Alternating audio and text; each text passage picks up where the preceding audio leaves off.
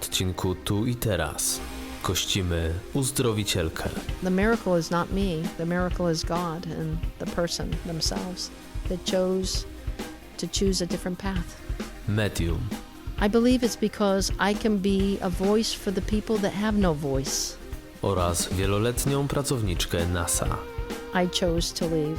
And really I chose to leave because there was a part of me that said I didn't want to die there. Rosę Branco. I'm looking at my hands and they're translucent. I can literally see through myself. No sooner did I make the mark on you, it seemed like it healed right up. And I said, I have a 50-50 chance every day with God. 50-50, I wake up or I don't. This new concept, this new understanding that you are infinite life and that the past doesn't need to hold on. I realized at that time that I had an experience that everyone can have. And the next thing I noticed standing next to me was Jesus Christ. Rosa Branco. Uzdrowicielka z NASA. You can change the world today if you change your mind. Witamy serdecznie w Tu i Teraz. Nazywam się Patryk Zastępowski. Naszym dzisiejszym gościem jest Rosa Branco. Rosa Branco jest byłym pracownikiem NASA, jest także uzdrowicielką oraz medium. Przez wiele lat była bardzo blisko Jana od Boga. Witamy Cię serdecznie, Rosa. Dziękujemy, że zgodziłaś się na wywiad. Thank you for having me. Moje pierwsze pytanie. Rosa, Twoja rodzina przyprowadziła się z Portugalii do Stanów Zjednoczonych. Jesteś pierwszym pokoleniem, które wychowało się w Stanach Zjednoczonych. Kiedy pojawiło się Twoje pierwsze doświadczenie świata duchowego oraz jak ono wyglądało? That's a great question. At 2 years old, I had my first out-of-body experience. It was not intentional for me. My mother was in the kitchen. She had a tall glass and was pouring hot coffee into the glass. An inquisitive little child, had my fingers on the edge of the table and I was trying to see what she was doing. While she was pouring the hot coffee into the glass shattered. And it burnt me. At that moment in time, I was literally moved from my body. I remember being held in the arms of Jesus Christ. I knew who he was. I knew who it was. I remember seeing my mom as she had turned with the kettle and continued to pour, almost in shock that she was doing it, and my body go limp. She picked me up, held me in her arms. When she reached for the stove, she grabbed a hand towel. At that time, my older brother had come into the room and was wondering what had happened because my mother had screamed and asked how he could be of assistance. And I remember seeing my mother with this towel trying to decide what to do. And Jesus says to me, just watch. You don't need to experience this pain. You just need to witness what your mother does. And I could see the confusion in my mom, where she was trying to decide, do I pat her dry? Do I wrap her up? What do I do? And then the next thing I see is my mother going towards the door. She goes to the door, she goes through the screen door, and there I am being held in the arms of Jesus as I watch my mother walk down the walkway to our old station wagon. The amazing part of that, as I reflect back, is that when I looked at my body being held by my mother, it was not moving. It was like a little rag doll. And I often look back and think, had I died in that moment? Was that a near-death experience and not an ejection from my body? When my mom had gotten in the car, she drove to the hospital. I ended up moving from the house to the hospital, and I remember seeing my mother speaking with the physicians. And as soon as my mother handed my body over to the doctors, Jesus said to me, it's time to go back. And instantly I was back in my body. It was incredible. So I wondered if the experiences that I was experiencing was because I had a near-death experience, and that's why it was the catalyst for me being able to see spirits as a young child. I had literally been in another realm, and when I came back, I was different. Z kim mogłaś porozmawiać o swoich doświadczeniach? Bo domyślam się, że wiele osób sceptycznie podchodziło do twoich właściwości. Yes. I initially, after that event, I was very young. I was only 2 years old. And I had other events shortly thereafter where it seemed that I was seeing small spirits, children, that had transitioned, I would guess. They were no longer in this world. They were in another world. And I would play with them. You know, many people believe that children have imaginary friends, and I had my share of imaginary friends. And I would share with my mother whom I was seeing. But there was one specific little boy that would play with me all the time. And he would tell me that we had the same birthday. And he would most often appear during my birthdays. And one day he said to me, the difference between he and I was that I was from inner space and he was from outer space. And at the time, I thought it was like a cartoon, you know, that we have in the United States, like the Jetsons or something like that, which it was outer space being some kind of extraterrestrial event. But as the years have progressed, I realized that what this tiny entity had been saying to me was that we are in the world of matter, materiality, and physicality, and that he was living in a world that was energy outside of the concept of the physical form. And he was able to move in and out of time at will. And at that time, we're not able to do that. So it was pretty interesting to see how that all came to play. I would share these experiences with my mother, and my mother would always inform me, don't tell anyone, you know, just, you know, between us, we'll just keep it our conversations. And that's how it ended up for many, many years. Czy ktoś w twojej rodzinie miał wcześniej podobne właściwości? Has anyone in my family had experiences like this? Oh, my family is quite interesting because we had a combination of spirituality and Catholic upbringing.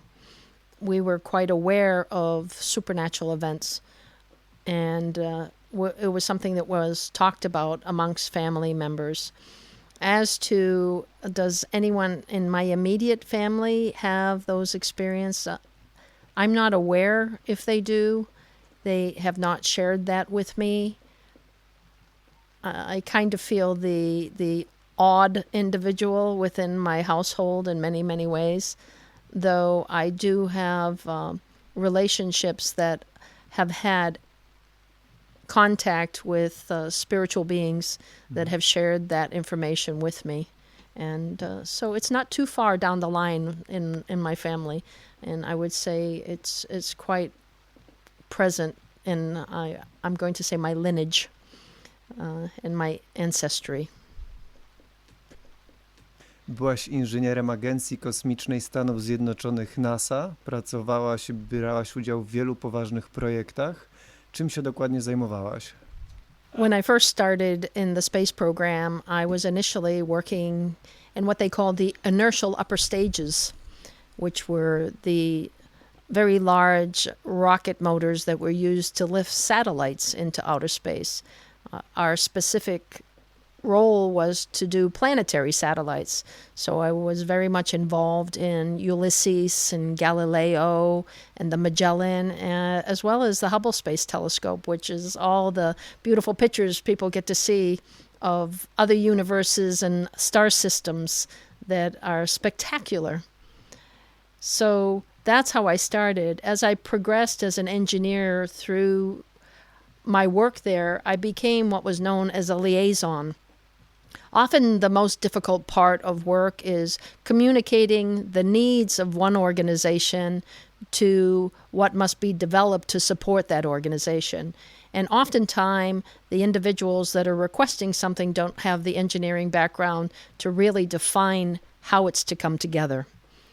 What we would do is communicate with those individuals that were in need, trying to get a real proposal of that which was requested by this organization.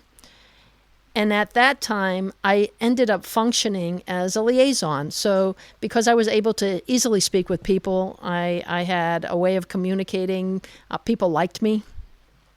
I could communicate with the customer and then come back to the engineers, and I would call it engineer speak, and speak with the engineers about what the customers actually wanted. And this was a role for me for many years as I worked with the United States Air Force. And I did quite extensive travel with them between the Kennedy Space Center in Florida and Washington State, the Boeing facility up in Washington. After some time, I ended up moving from that position into management, and it was really quite quickly. When I started in the program, I was about 21 years old, and by the time I was 29, I was already in management, which is very, very fast acceleration in the program. I became manager of quality engineering. I had quite a few people that were working for me, and much responsibilities for modifications that were being made to the space shuttle program, any ground operations or any modifications to the shuttle itself.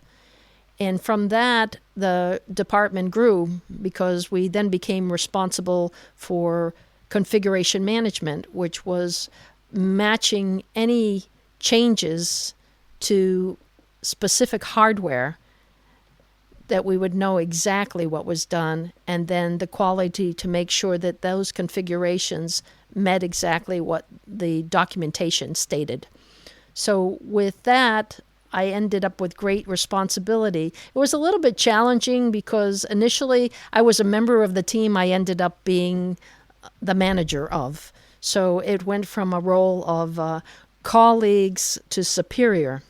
And I think that for some people that's a rather difficult role. Many people ended up doing a review with me in our organization. The responsibility of the departments would often come back to your employees, and you were evaluated by your peers, other managers that were performing or interacting with you, and you were also evaluated by your employees. So hearing my employees' feedback about me was really great. They found that I was loyal and dedicated and committed to the final outcome for the well-being of everyone. And that was an honor to be with that group. I stayed there for many, many years, moving through the program. I was there for 20 years at least. And it ended up a time for change shortly thereafter. Wiesz, Rosa, to kontrowersyjne, ale wokół NASA zawsze było wiele wątpliwości na temat wiedzy o istnieniu istot pozaziemskich. Czy mogłabyś coś powiedzieć więcej na ten temat? I usually say a joke about this time, but I will restrain myself at this time. There have been many events where the definition of extraterrestrial has to go between the concept of some kind of alien being that you see.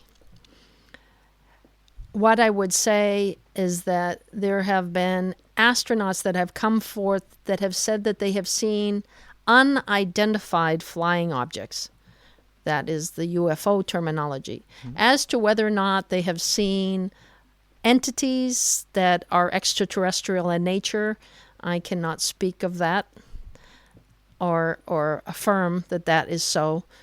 What I can affirm is that many of the astronauts who are in space have already spoken that they've seen things that were unidentifiable, that they were around and about them, and that it was something that happened often.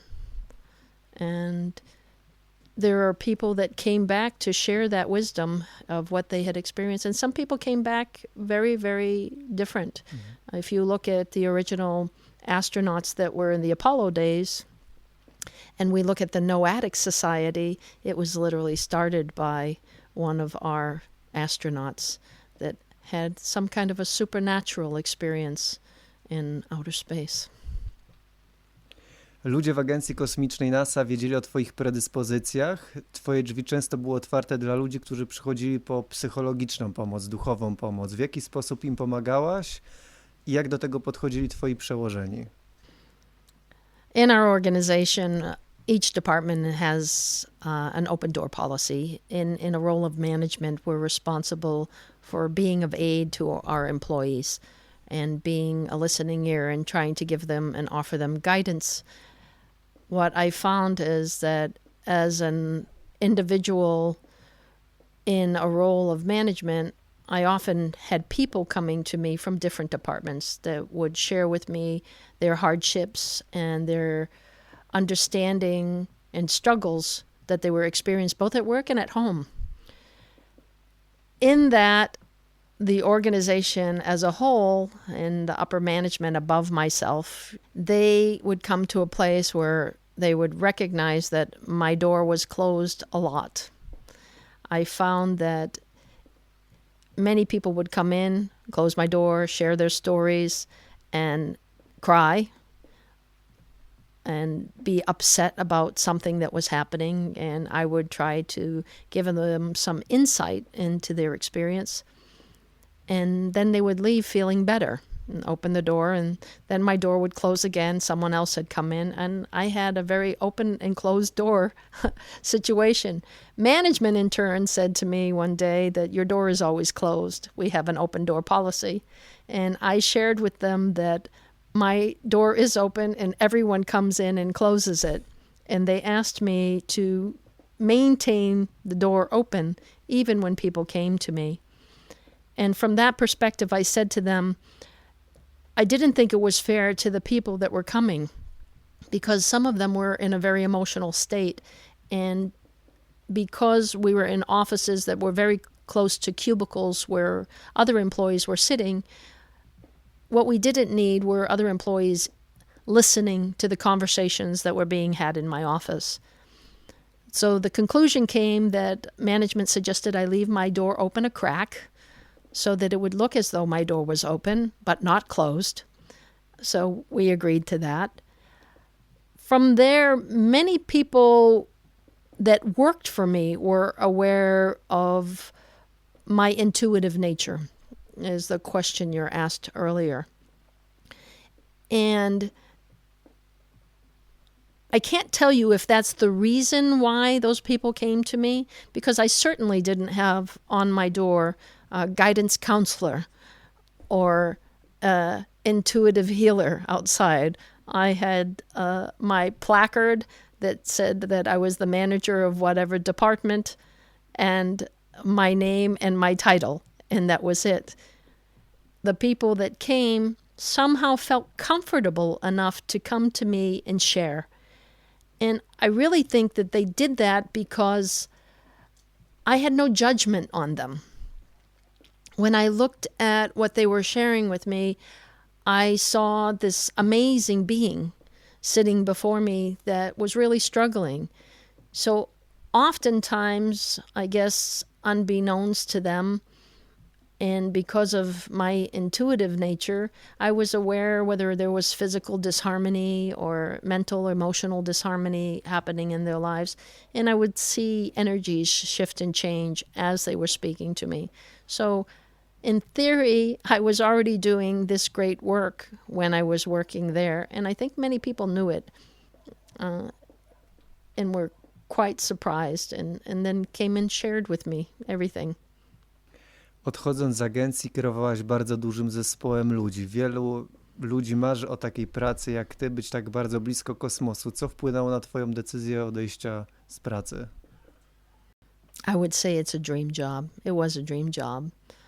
I had a concept, I guess, in my mind that someday I will work for the space program. And I believed that that was a possibility. I remember when I first relocated from Massachusetts to the state of Florida, and I had sent out over 250 applications hoping to get a job. And I was waiting to just hear from one, just somebody. Give me a foot in the door. That's all I need. So that opportunity did present itself, and I ended up getting there and working there. And I had an amazing career. As I had shared with you earlier, the growth that I experienced as a woman in the industry was phenomenal. I ended up with a position that I considered had great responsibility, and I really treated my employees kindly. I always told them that we were team players, that there was no success or failure for any of us. If one succeeded within the organization, we all succeeded. And if one failed, we all failed. And their success was my success. I was not succeeding without them. And if they failed, then I too failed, which is a really difficult concept to put out there for people to believe in a role of management. Through time there, I started to not feel well. There were many things that were happening in my life, and I wasn't feeling well, and I had started to go receive some tests, and I was checking on my body and seeing what was going on. And what I ended up discovering was that I had, at that time, cancer. And to leave this job was a very, very difficult thing. I had a supernatural experience while I was there, and that experience was almost a foreshadowing of events that were going to come. I heard a voice as clear as you and I are speaking. The voice informed me that I was no longer a torchbearer at this location, and that it was time for me to leave. I informed the voice that they must be mistaken, for they did not know what I was doing. I was responsible for many things, an organization within my work, that I was financially being rewarded kindly, that I had a husband and children and a home and all these things. And I remember this voice responding to me, then you will be half the person we choose to use, but you will use that half. And I have to say, at that time, I was arrogant a little bit. In my arrogance, I responded, was that a threat from this voice that came from nowhere? And the voice said to me, no, child, this is not a threat, simply the truth. Should you not choose to heed the words that we have given, then you will be half of that which we choose to use, yet we will use that half. And then for a long time, I didn't hear anything. Because I was going through the tests at that time, I had not really received my diagnosis yet when I had heard that voice. And it was afterwards that I had got my results. And it stunned me in a great way. At the time, there was many things going on. My mother had been diagnosed had a diagnosis of breast cancer. My husband and I were going through difficult times in our relationship and were considering separation and possibly divorce. And on the day of my mother's passing, I received my own diagnosis. So after that, I came to this place that said, voices, are you still out there?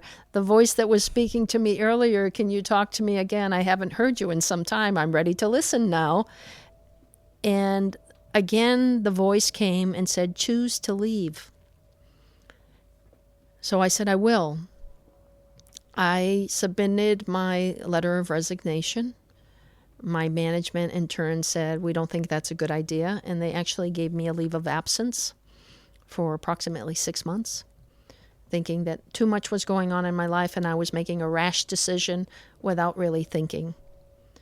And I turned around and said, okay. So I took the leave of absence, but when I came back, I chose to leave. And really, I chose to leave because there was a part of me that said I didn't want to die there. I didn't want to end my life working in Kennedy Space Center for the United Space Alliance and NASA. It was just didn't seem right.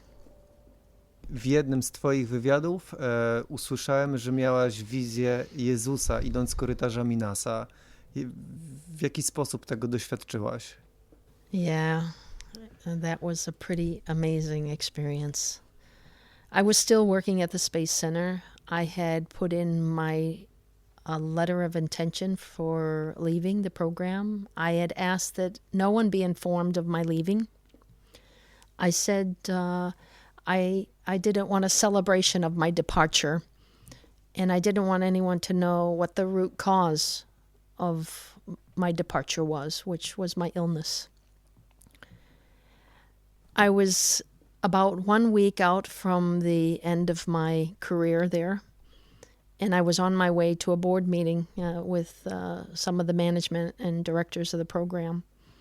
And on my way to that meeting with my clipboard in hand and pen and my watch, I was heading down the hallway, and all of a sudden, in one step, I was no longer in the headquarters building at the Kennedy Space Center. I was now in a huge basilica. It was just a beautiful, beautiful facility. And what I noticed was to my right, there were these 3 rods of light that were moving. They were opalescent in color. They seemed to have a harmonic resonance with them. And they were moving as if creating sound and vibration at the same time. And the next thing I noticed standing next to me was Jesus Christ. And I remember looking and being shocked that this is Jesus Christ standing next to me. And he began to speak to me. And he said to me, "So let's talk about your fears." And I remember saying to him, "Have you seen what's going on? Have you been watching my life? It's a general roller coaster. It is just so many things, so many tragedies right now." And he says, "Have you been listening?" And I said, "Yeah, I heard you. You want me to do something. I'm not sure you have the right person."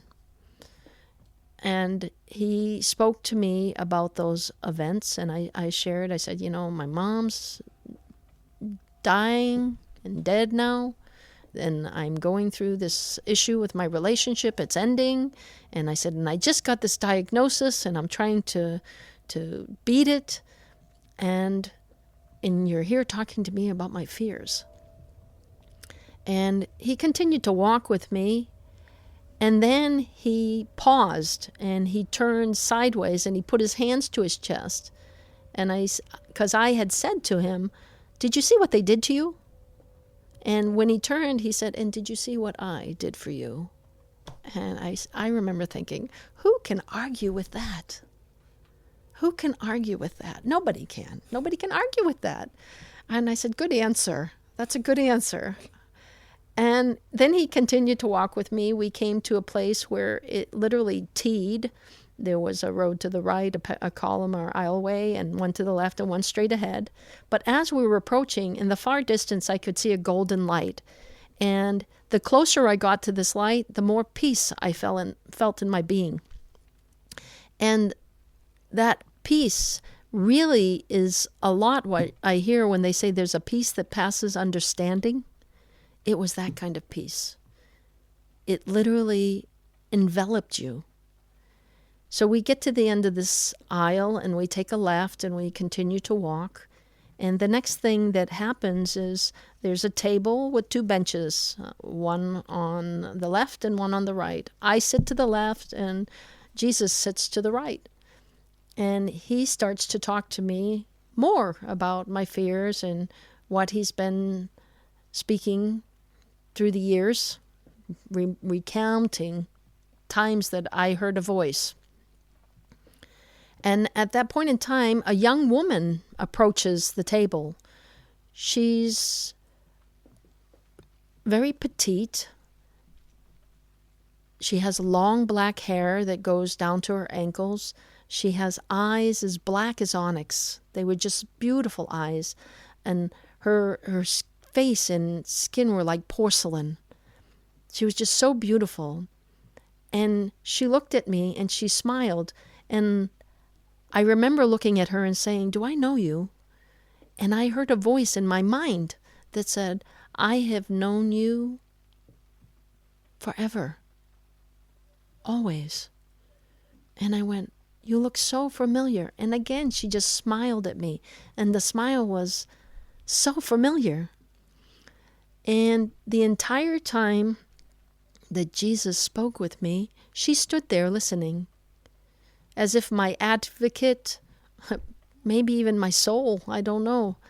It was so amazing. And then Jesus said to me 3 things.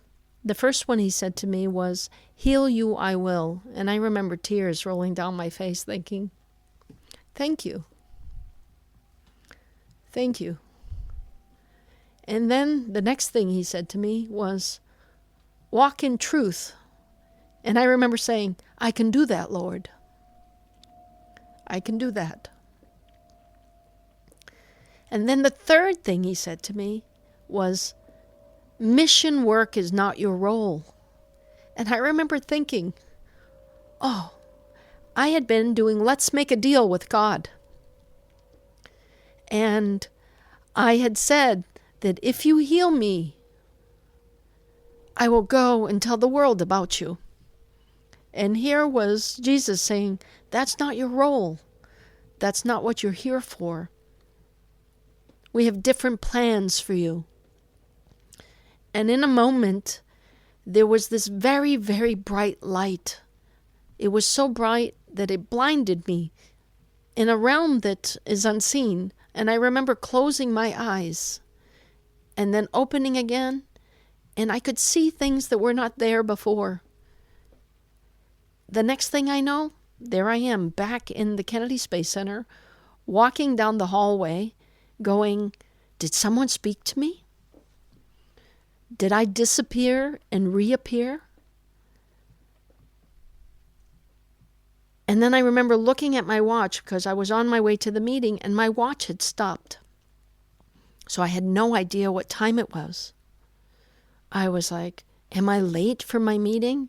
Oh my goodness, you cannot show up late for this meeting because it would not be good. So I remember turning around in the hallway, going back to my office, closing the door. And as I closed the door, I sat in my chair, I put my head in my hands, and I said, is this real? Is this like a video, Memorex? That it was a video and I saw it someplace else? Did this really happen? And I was going through each and every bit of what had occurred. It seemed like I had been with Jesus for hours. Hours. And when I looked at the clock, I wasn't late at all. It was just a few moments. Niesamowite. Kim jest Jan od Boga? Jak to się zaczęło, że byłaś tak bardzo blisko Niego? John of God is a wonderful man. He is a renowned healer. He is located in a little town called Abadiânia in Brazil, in South America. And he has been working for over 55 years doing healing work. He is also a medium. What many people call him is a trans medium. He has been an individual who has incorporated or channeled up to 38 different entities. And I met him when I was ill.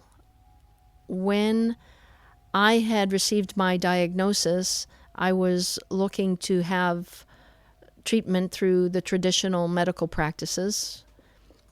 And what I found was the questions that I was asking my physician were not being answered in the manner that I would like them answered, as I guess everyone does. And as a person who was using numbers as a life and statistics, you know, we don't launch a rocket with less than 80% success, and 20% is paperwork, or 90% success, and 10% is paperwork. The paperwork is trying to catch up with us, but we know everything is going to go well. Our intention is that everything will go well. When I was speaking with the physician was giving me less than a 30%, suggesting surgery. And in suggesting that surgery, that physician was stating that we'll go in there, we'll take a look around, we'll see what we see, or we'll take everything we possibly can out, and we hope we get it all. And I remember looking at him. I said, hope doesn't sound like a success, and take a look around doesn't sound like a good idea. I need better numbers. And he told me he couldn't give me better numbers. So in the end, I decided that the best route was God. And I remember saying to him, I have a better chance with God. And he said, who? And I spelt God out for him. And he said, oh. And I said, I have a 50-50 chance every day with God. 50-50, I wake up or I don't. 50-50 that I'm walking down the street, I fall off the curb, bump my head, and I never wake up. But it is better than the percentage you are giving me. In the end, I ended up talking to a very close friend of mine up in Massachusetts, and I told her what I was considering, and she asked me if I was crazy. She said, you do all this amazing healing work on the side. You've done all this research on these healers, John of God being one of them. You presented the information to your mother, and she chose not to use it. And you're going to go with traditional medicine. What are you thinking? And I said, you're right. I said, I spoke that to the doctor. I have a 50-50 with God. So at the time I was going through tremendous stress, and my friend said, go to Brazil. You speak the language. All you need to do is buy an airline ticket, see the man. If he turns around and says to you, he can help, then you've done a good thing. And if he says he can't help, you come back and you do the procedures you're hoping for. And I remember thinking, wow, that's a brilliant idea. I hung up the phone and said, okay, I will look at that. And I ended up going to Brazil. And when I arrived in Brazil, the first time, and I passed before John of God as he was channeling an entity, and the entity that he was channeling at that time was St. Ignatius of Loyola. And St. Ignatius said to me, we've been expecting you. And I said, wow, I wasn't expecting me. I just showed up. And he said, well, we knew you were coming. And it was amazing because St. Ignatius had recanted to me the event with Jesus at the Kennedy Space Center. And I was like, wow, how do you know that? And then it occurred to me, well, these people are connected, these entities, these spiritual beings that are aiding humanity. They are aware and they're communicating one with the other. And the work that was being done at the Casa was most definitely this expression under God's guidance. So I stayed in Brazil for the first time for 3 months. And I continued to come back to Brazil in the first year 6 times, staying an immense amount of time each time, until 1 year and 1/2 of attending the Casa, and 1 year and a half later, I again presented myself to John of God in channel when he was channeling, and again it was Dom Ignacio de Loyola, St. Ignatius of Loyola. And St. Ignatius said to me, daughter, your illness has finished. You may go to your United States, have your tests done. They will find nothing, not even the indication that the illness had ever existed. So I came back to the United States. I had my test done once. It was clean. They weren't sure. They thought it might have been some error.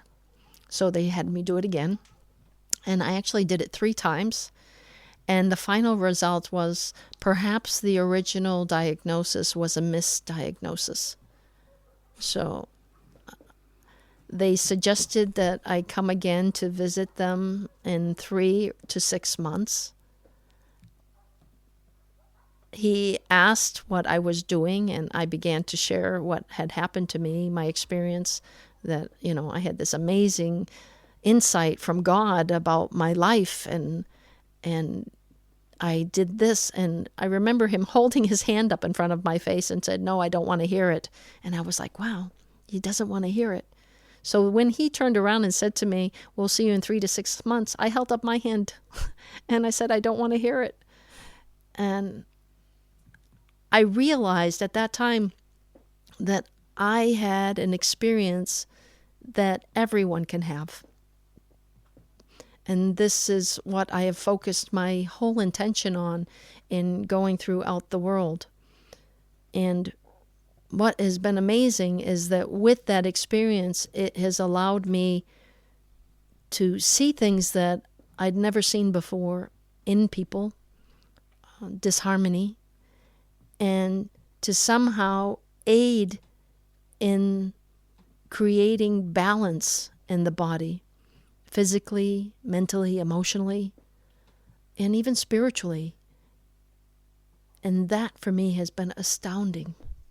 Byłaś z Janem od Boga w Nowej Zelandii. Otrzymałaś tam tatuaż od plemienia Maurysów. Mogłabyś pokazać widzom swój tatuaż oraz powiedzieć, co on oznacza? Oh, sure. It was an amazing event. I had traveled to New Zealand with John of God. I was support there for the event that he was doing in Auckland. And from there, we had the opportunity to speak with the Maori. And I ended up actually being an interpreter for the Maori people on behalf of John of God. And my role, I ended up speaking with one of the indigenous women. Her name was Agnes, and she was a medicine woman, a shaman. And we shared a lot of time together in our journey there. As the time progressed and after the event with John of God had completed, I ended up staying a little longer in New Zealand, and I stayed with Agnes and her family of Maori people. And Agnes had taken me to meet one of the Maori elders, which was Master Reginald. And when we met with him, he was sharing insight into the culture and the languages and the people. And he said to me, he said, "Welcome back, sister." And I just smiled. And he, such a character, because he would smoke his cigarette very tight to his lips and smoke and puff and talk. But while he was talking, his hand was moving on a piece of paper. And he was sketching something. And what he was sketching was the tattoo that I now wear. And he said, "Would you be willing to wear this?" And I said, "Excuse me?" And he said, "Would you be willing to wear this? Spirit is asking if you would wear this here on your chin." And I remember saying, "No, no, I don't think so." And he laughed, a big like, "Ho, ho, ho." And then he said, "I don't think those are the words that are accurately describe how it is you feel about having the tattooage here." And I went, "You're right," and he used the specific words that I will not repeat at this time. And then he said, but they're wondering if you would wear it here on the feminine side of you. And I said, well, what does it mean? And then he described it. The upper portion of the tattoo, he says, was my destiny. And the middle portion, which was a curve, was my change in life. And the lower portion was my holiness. And with all of its dots and dashes, it was the expression of love and compassion for all humanity. And I heard that, and I remember thinking, I could wear that with honor. I mean, there are people all over the world that are having tattoos and have no meaning. And this tattoo has a great meaning. So I said, yes, I would do that. Well, then we went to the tattooist that was going to do the work. And I remember walking through the door, and the first thing that this very large man said is, we don't do white chicks, which I was totally blown away. And I just nodded and said, okay. And I began to turn around and walk out the door. As I'm getting ready to walk out the door, Agnes is coming in, and she says, where are you going? He doesn't do white chicks, I said. And she goes, oh, and she walks over to him as if, a mother reprimanding her child. She goes, you do these white chicks. And Master Reginald sent her. And this man goes, oh, Master Reg. So then he goes, do you know what it means to have this? And I said, the tattoo? He goes, yes. And then he bangs on his chest. And he says, this ties you to the Maori people, the Maori lineage, the Maori ancestry. He goes, you ready for that? And I remember thinking, I think Master Reg thinks I'm ready. And then he goes, oh, yeah. And he goes, where are you going to have it? And I said, here on the side of my neck. He says, oh, that's going to hurt. And I said, I hope not. And he goes, oh, yeah, it's going to hurt. So then we went and prepared ourselves. He had a table. He's getting ready to do his work. And I lay on the table, and I remember looking over at my friend Agnes and saying, I'm going to leave for a little while. And I felt as if I exited my body the entire time that the work was being done. And just before it ended, I came back. And the first thing that this Maori man said to me was, it was amazing. And I said, was it because I left? And he goes, no. No sooner did I make the mark on you, it seemed like it healed right up. Almost like you had it there before. And I said, you never know. But I found that funny because Master Reginald had said, welcome home, sister. A short time after that, we had been traveling to the north to Cape Rangi area, and I had met a woman there named Bella. And when we met this woman, she shared her name with me, and her name was Bella da Silva. Well, my mother's maiden name is da Silva. So here it was. She too said, welcome back, sister. And it was interesting to see how all these synchronicities were occurring while I was in New Zealand beyond this Tomoko. When I got this tattoo, after receiving it, it didn't matter where we were in New Zealand, I could hear the whales singing. I mean, I could hear them in my ears. It was so incredible because we'd be driving along and I would say to Agnes, can you pull off? Because I can hear the whales. They're not far off here. And she'd go, okay. And we'd pull off the road and I'd look and I'd say, wow, there they are. And, they were breaching the water. I don't know exactly what happened when I received this, but it really changed me in a great way. I seemed to have a new sense of union with the creatures of the sea, and it was very powerful. So that was my experience in New Zealand. And I've been back 3 times. And each time it's been wonderful. And my good friend Agnes is no longer with us. She has left this world to a greater world. But she was a treasure in my heart. And I have a great love for her and for her family. Czy mogłabyś pokazać do kamery swój tatuaż? Ah, to see my tattoo. This is it. Looks like an earring or a feather. Kiedy poczułaś, że to jest ten moment, żeby samej zacząć podróżować i prowadzić swoje seminaria? Well, okay. How do I describe that?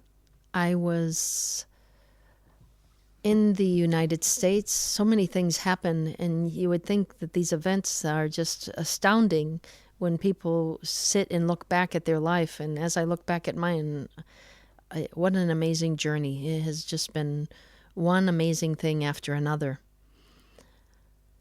After all that New Zealand time, and I had decided to start teaching, I was doing in-home teaching, instruction on consciousness shifting. There were many people that were experiencing disharmony in their lives, very ill. Many of the people that were being sent to me, that were speaking with me, were being told that they had no chance. And I believed that there was an infinite chance because I was told that if I didn't do it, I wouldn't have a chance. And look at me, I'm still here. So I knew that it was a part of looking at yourself and then changing the thoughts and consciousness of the body to agree with this new concept, this new understanding that you are infinite life and that the past doesn't need to hold on. At that time, I ended up in Florida. I was doing these little home workshops, and I was told to meet someone and think if they could help me to kind of connect with other people. And I ended up meeting an indigenous woman from the Lenape Nation, and we had tea and we talked, and she literally brings up what had happened in New Zealand with the whales. And I said, how did you know that?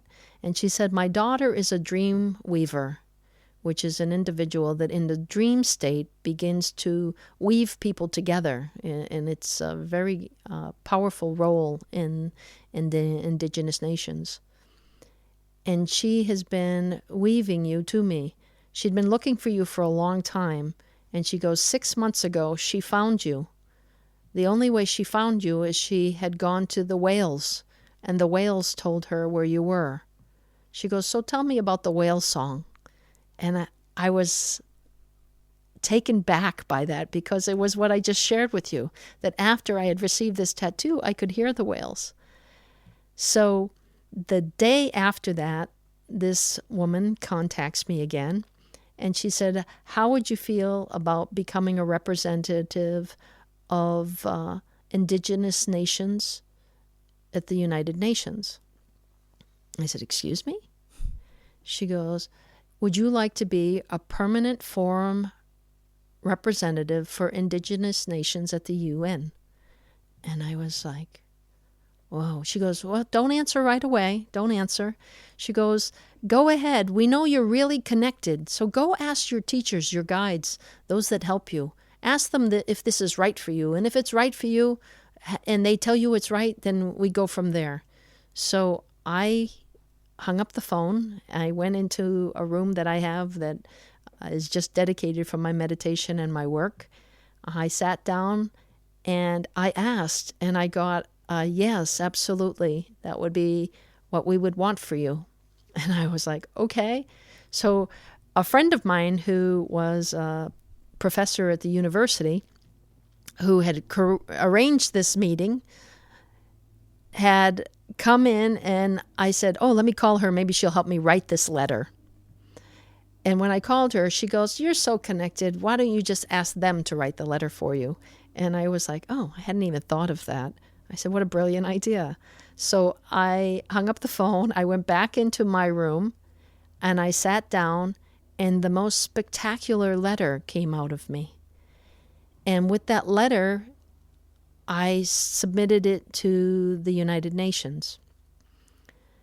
Within 3 days, I was approved to be a member, which most people say is unheard of. Within 7 days, I was at the United Nations. So after that event, I had gone to John of God. And again, I was before St. Ignatius of Loyola. And I said to St. Ignatius, I had asked one of the colleagues there, Heather, to come and interpret with me because I was a little nervous about the question I was about to ask him. And when I got there and I was preparing and I started to speak and I was like all stuttery with my words, and Heather started to speak for me, the entity in John of God Incorporated with Dominatio holds up his hand and she says, she can speak for herself. She does not need your assistance. So in the end, I end up getting Heather in trouble. And he says, what are you asking, daughter? And I said, well, I've just been appointed to the United Nations. And he says, is it because you're an engineer? Is it because of the science in your background? And I said, no, sir, I don't believe that that's the reason. And he goes, then why is it that you believe? And I said, I believe it's because I can be a voice for the people that have no voice. And he said, yes. And he smiled. And he said, daughter, it is now time for you to go into the world and be about your business. You may go into the world as a representative of God. You may go anywhere in the world as that representative and begin the work. And that's what led me to do this. Since that day, I have been invited to Poland. I have been invited to New Zealand. Recently, I've been invited to Italy about 2 years ago here from Poland. And it seems as though the international organization is growing much faster than the United States. I always say someone in their own country has a greater difficulty within their own nation to do anything. But I do travel in the United States as well. So the core was to get the confirmation that I received from John of God really was like a catalyst for stepping forth in this. And I met another colleague in Florida that was pastor, and she was Polish, and she's the one that introduced me to Poland. And since that time, I've been coming, and I think we're coming up on 5 years. I think we're 5 years in Poland already. It seems like only yesterday that we started. It's amazing. I mean, I was here 3 months ago with you, I believe, and it seems like only 3 days ago. Jesteś już w Polsce któryś raz. Jak ostatnim razem rozmawialiśmy, mówiłeś, że Polacy i Polska są bardzo bliscy twojemu sercu. Czy mogłabyś powiedzieć coś więcej na ten temat? Yes. Every time I come to Poland, there's a part of me that feels like I've come home to my family. I have to say that I have been to very few places in Poland when I look at the big picture, because Poland is actually quite a large country when you look at it. I've been here to Gdańsk and Warsaw and Krakow and Katowice, Łódź, Lublin. And these areas that I've traveled are just a small part of such a grand country with so much beauty and so many beautiful people, that when I come here and see the faces of each and every one, there's a big part of me that has so much love for them, so much love for the people of Poland. I feel that it's as if I've come to remind them of how important they are, that they've forgotten. There has been much suffering in Poland, and struggle, and World War I and World War II. And oftentimes when I come back here, I can feel the struggle still present. The heaviness of energy at times is greater than others when the surrounding countries are in conflict. And I feel that Poland tends to be in a place where there's a fear factor that's worried that that event might come and cross their borders, as it did in the past. When I'm here, I feel that coming has been to let everyone know they're not alone, that they are greatly loved, that they need not fear anything, that God is with them, that God lives within them, and that they can ask anything they need. My major reason coming here is healing, and that healing takes different forms. It can be physical, it can be mental and emotional, it can be spiritual. And that work that comes forth somehow touches the hearts of the people. I am embraced here when I come as if a friend that has been gone for a long time, and sometimes even as a mother that you've missed. And for me, that's spectacular, because that's how I feel about every single person I meet, everyone that stands before me. There is so much love that it floods me. And I think when I hug them, it floods them. Or when I touch them, it moves from me into them. And we become this one amazing bubble of peace and hope and pure space. Cofnijmy się jeszcze na chwilę do twojej przeszłości. Rok 1992 był dla ciebie przełomowym rokiem. Doświadczyłaś wtedy duchowej inicjacji. Co to była za inicjacja i poprzez kogo ona została dokonana? 1992, I was working for the space program. My role at the time was very much a liaison. I was aiding in the training of people in different locations throughout the United States.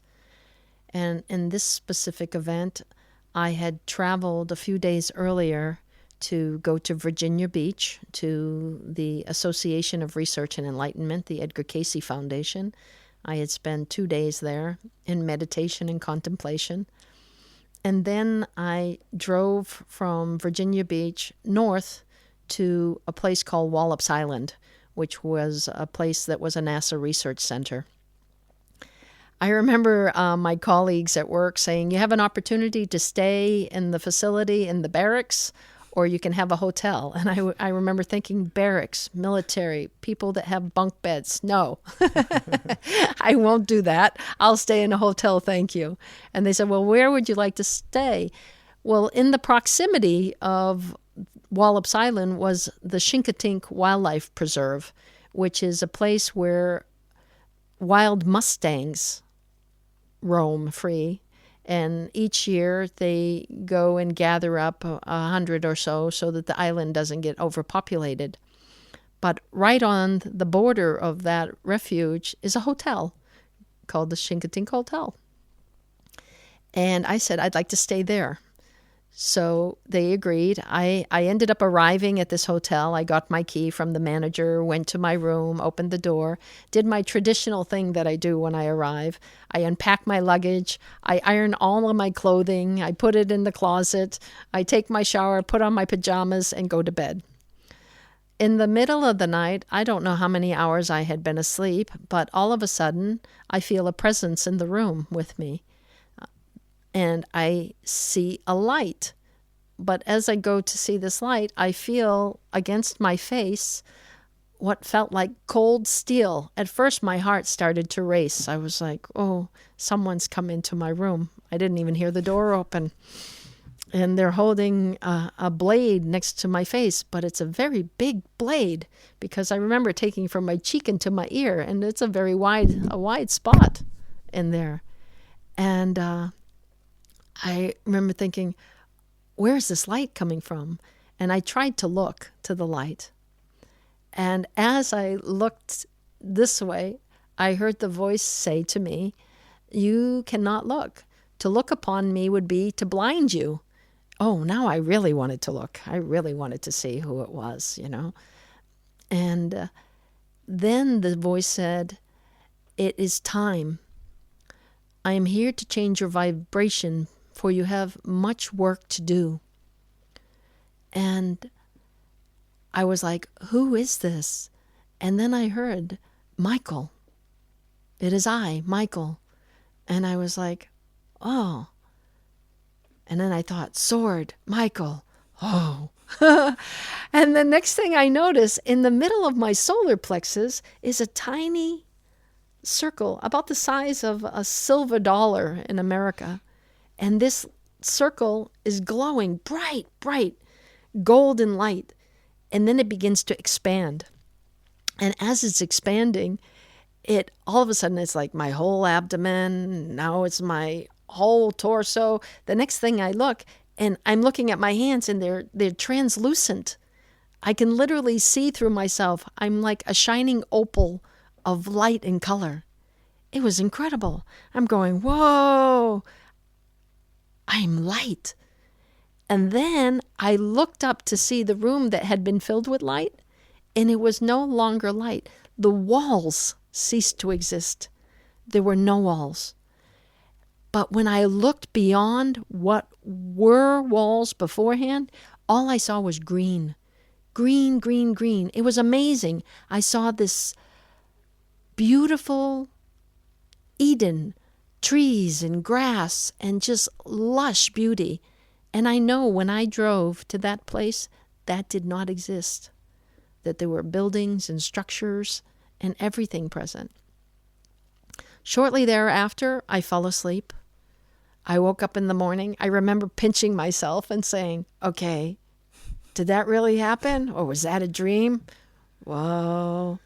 I put on my clothes. I went to the door, opened the door, locked the door for my hotel room, and turned around. And along the fence are 13 wild Mustangs lined up perfectly, one after the other. And I run. And I start to nuzzle them. I'm like rubbing their face and pushing their ears and kissing them on the nose.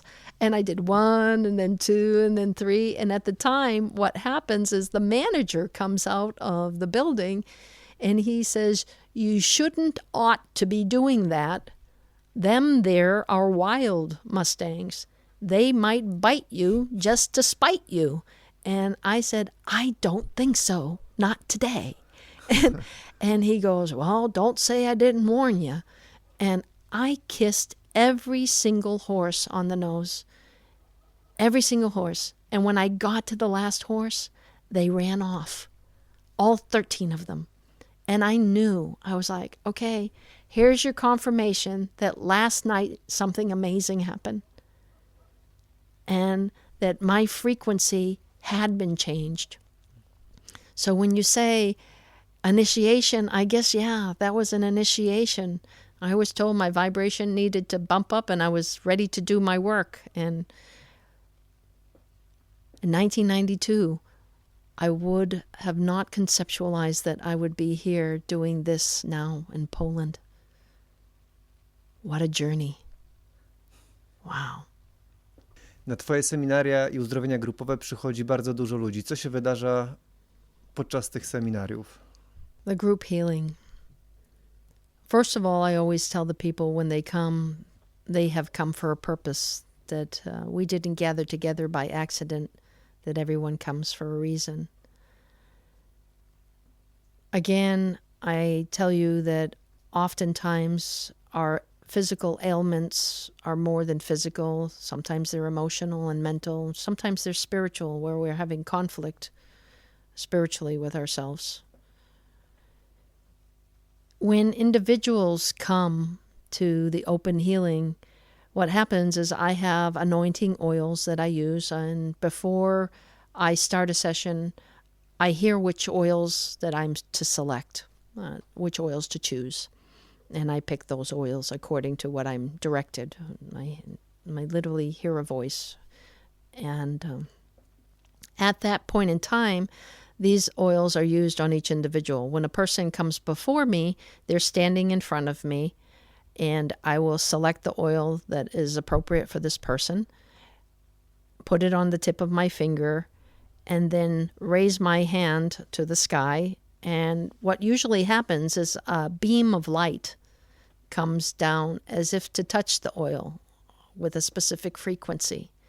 As it touches the oil, then I'm directed to press the oil into the brow center. And I see the oil enter in and literally begin to illuminate the inner mind, what we would say the third eye. At that point, what begins to happen is if a person is having any disharmony in the body, those areas of the body begin to become balanced.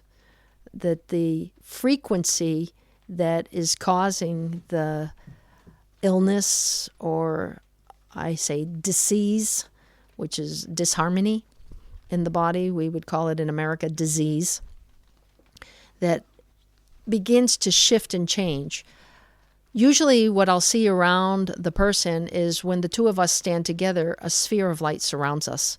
And that sphere of light is impenetrable. No one outside watching or observing, sending other intentions can enter it. It's as if you're in a clean room. And many, many different parts of the physical form are aided. Emotional parts, mental parts, physical parts, and each of those affecting the harmony of that person's psychological life. So many people see a difference, and it could be anything, lungs, liver, eyes. Amazing things happen. We've had someone who had lung cancer that was completely healed of lung cancer. So the miracle is not me. The miracle is God and the person themselves that chose to choose a different path. Myślisz, że z iloma ludźmi już pracowałaś?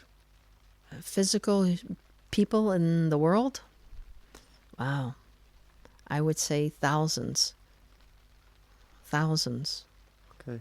Będąc tu i teraz, co chciałabyś powiedzieć ludziom, którzy oglądają teraz ten program? A message to the people. You can change the world today if you change your mind. It is time for humanity to unite in one intention. We have an opportunity to shift the consciousness of every human being and of this planet.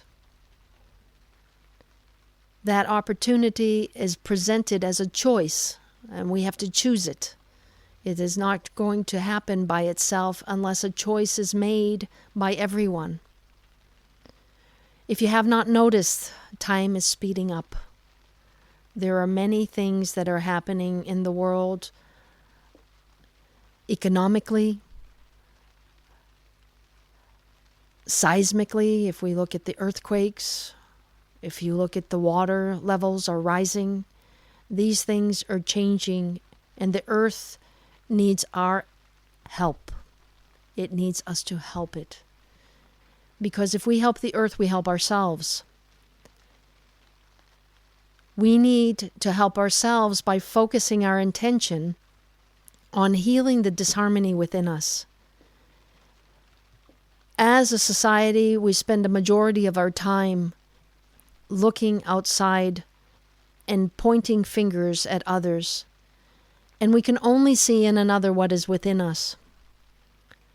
So if you have disharmony with your neighbor, with your colleagues, with your work, with yourself, know that you are the only one that knows the truth about you, and that if you can accept that truth, we as a human race can accept our truths individually. then we can change the future. We can change the world. And all it takes is a pure space again within you, within us, to make a difference. Don't give up. Know that everything has happened for a reason. There are no accidents. That the life struggles you had only made you stronger and better and more aware that they were wisdom, and that you are unstoppable, and that God is in you, not somewhere far away, waiting for you to say, I get it. Bardzo Tobie dziękuję. Niesamowita osoba z niesamowitą historią. Jeżeli chcecie zobaczyć więcej podobnych historii, serdecznie zapraszam do polubienia naszego kanału na YouTube oraz do wejścia na naszą stronę tu i teraz. Serdecznie zapraszam. Dziękuję Tobie, Rosa, za niezwykły wywiad. Thank you. Thank you for having me. And much love to Poland and the world. Dzięki.